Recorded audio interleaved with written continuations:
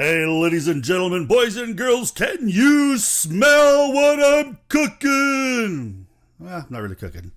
Just want to show you guys a little bit of a knife review. It's the Big Canucker here, and I just want to do my Rock impression.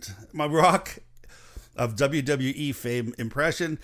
Today, what we are checking out has nothing to do with wrestling or The Rock. I just felt like saying that because I watched a clip from him on YouTube, and it just reminded me back in the old days when I used to love wrestling. Never ever thought it was real. Maybe for a little while when I was a kid I thought it was real, but as an adult I love watching wrestling. All right, here is what we are going to have a look at today, and she is a really interesting one, and one I've had on order for quite some time.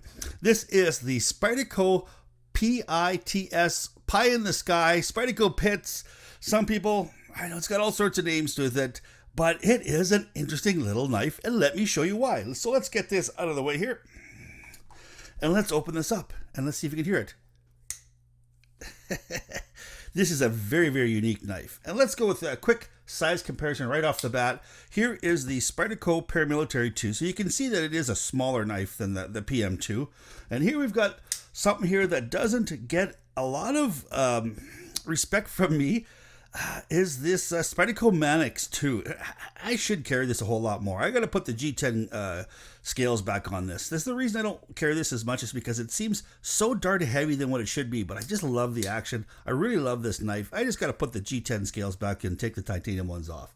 So you can see here, it is closer to the size here of the Spyderco Manix 2, and a little bit smaller than both of them here. The Crewwear Micarta Paramilitary 2, as well as this Spyderco Manix 2. So let's close those both up. Now, one of the really interesting things about this knife is the fact that it is a slip joint. As you can see here, this little bar here is the kind of the somewhat the it has a lot of purposes. It's like not a lock bar, but when you press on it, you've got lots of stability here.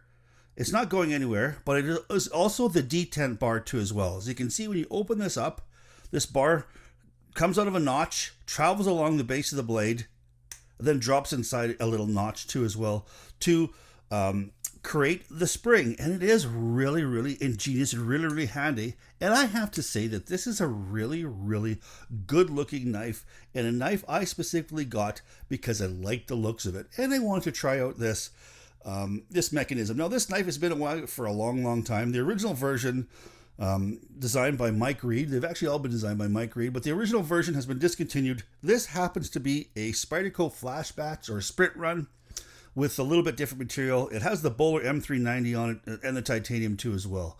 Now, the original one had the other one could come in a blue as well, where this one here is a stonewash gray. And I think it's a really, really good looking knife and an object that I got specifically because it was a good-looking object. Had no need for a slip joint knife, but I just wanted to try it out. All right, so let's go over some of the technical specifications. Of course, this was designed by British knife maker Mike Reed and named after his internet forum moniker, Pie in the Sky. The Spyderco Pits is a truly unique non-locking folding knife, and it is precision machined here. Let's go here. Overall length is 7.16 inches long, with a closed thickness of 4.19 inches. As you can see here, fits into the palm of my hand with a little bit left over. And I've got big, big, manly man hands, although they are pretty soft like veal right now.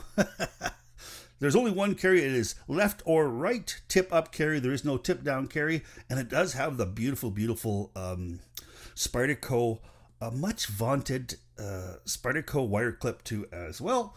Blade length is 2.97. Now, I think that's a really interesting number because Mike Reed is from Britain. This knife is legal carry in Britain, and one of the things in Britain you need to have, or the UK, is you need to have a sub 3-inch blade as well as a non-locking blade. Now, when you are using this knife, when you are pressing on this, I guess pit style lock, we'll call it for now, it is a really, really quite solid knife. If you had to do any sort of I would say, puncturing, I think that you're fairly safe. Now, not only you're fairly safe by pressing this, is if you carry this and you hold this straight up with your finger up close, when it does close, your finger is gonna take the guard here rather than the blade. So there is a little bit of safety there too as well. Now it's not foolproof. If you really slam into this, your finger's going to get pushed back and it is going to cut yourself. If you really were to, try to do something with this knife that you're not supposed to, because sometimes the way you're stabbing things or you're puncturing things, if you get really kind of goofy, you're not careful, you're really going to, because it is a non-lucky knife, you can lose a finger. There's no doubt about it. But it does feel pretty safe and secure, just with a really good solid grip on it. And the ergos on this knife are very interesting, and they're actually quite good too as well. Spyderco did a really good job with the fit and finish on this. And this came out of Manigo, Italy. So it is European made. So I can see, I haven't had a whole lot of things come from Italy in the Spyderco land. And if this is an indication on what their fit and finish is like, they have got an excellent plan. All right, so the edge length here is 2.7 inches, and I always think that's a little bit misleading. I got to find out. I'm going to get a ruler here one of these days. I'm going to measure from that point to that point here, right across, as the crow flies, some would say it. I think that's what they're talking about, because when you've got a belly, I think your edge length is actually longer than if it's just from here to there, because you've got like the arc. All right, so the handle is titanium, Slipjoint, it's Italy, M390, it's the Bowler M390 steel. Now, Bowler M390 is one of the top super steel that's out there. It's got everything going for it. It's got great edge retention. It's got really good stainlessness. It's very tough, and it's easy to sharpen too. So you're not going to spend hours and hours having to sharpen this stuff. Something like the Maximum that's out there. This is quite a bit easier to sharpen. Now, I didn't sharpen this. This came from Italy. Very sharp. One of the sharpest Spydercos that I've ever seen. The only thing I did with this knife is I actually stropped it a little bit, and it got that sticky sharp almost instantly. It was excellent. Now, of course, like I said, the clip position is ambidextrous, left or right, and the grind is fully flat ground. There is no hump on it, and it is fairly thin behind the edge. The way this blade tapers down, and it's not a super thick blade to begin with. It's 0.118 or 3 millimeters. It's a distilled taper, so it tapers this way as well as tapers this way too as well. So you've got really thin behind the edge. And I didn't cut a whole lot of cardboard. I cut a little bit of cardboard with this, a little bit of pizza boxes, just to kind of see what it was like. And it went through like a lightsaber. I was really impressed with the workability and the usability of this knife. Now, would I recommend this knife? I would recommend this knife, I think, as an object. More for the knife. And the reason being is I just can't get over the fact that it's not locking. Even though it does feel fairly safe and fairly secure, I really like having that locking thing. And it's just probably my own bias more than anything else. If you're from Britain or you've grown up with slip joint knives, then this is like one of the most stable slip joint knives I think you'll ever see out there. And I think it's an excellent all-around design, excellent all-around build, an excellent all-around execution.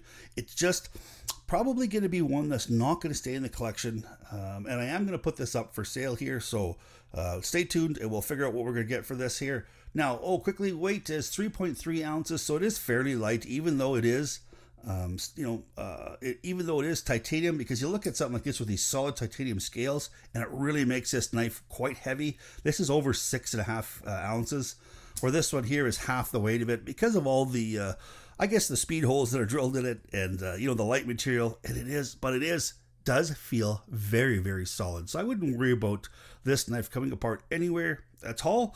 It seems like it's just got excellent build quality. Now, let's go price wise. If you see this in Canada, you're looking at about $380 or so.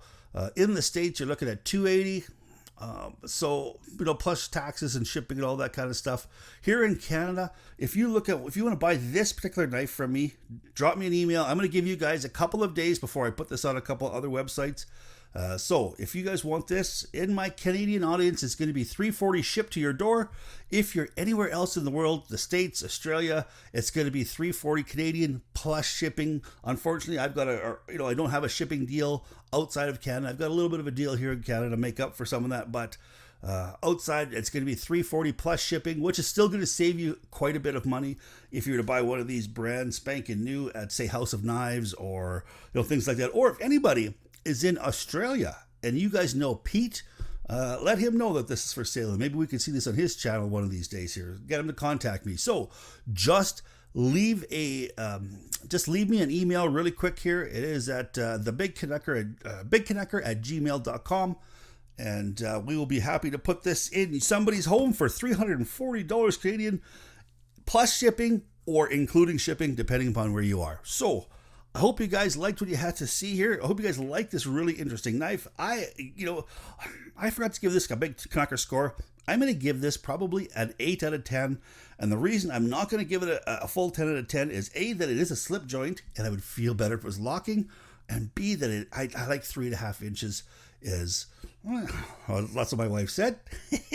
But I like my perfect EDC knives have got to be 3.5 inches or a little bit bigger. The sub 3 inches, it does work. And I do have a few knives out there that I really, really enjoy carrying, like the Mannix or the Pair 3 in Mannix. For some reason, that 3-inch blade, or I guess maybe it's above 3-inch, that one seems like it's a lot, really quite usable. But 8 out of 10 for me, the Big Canucker score here. So please, please stay safe out there. Keep your stick on the ice, the shiny side up. This is the Big Canucker saying it. Oh, hey, before we go, I am so sorry. I forgot to say thank you so much to the guys at Alberta Firearms. They are the ones who sold me this knife. They are fantastic folks. Don't forget to talk to Stephen and Matt out there in the bustling city of Fort Macleod. You will see their contract address here in my description. The boys at Alberta Firearms, the Southern Alberta's largest Spyderco store here, and they are wonderful, wonderful folks. So, sorry about that. Please, please keep your stick on the ice, the shiny side up. This is the Big Canucker. Say adios.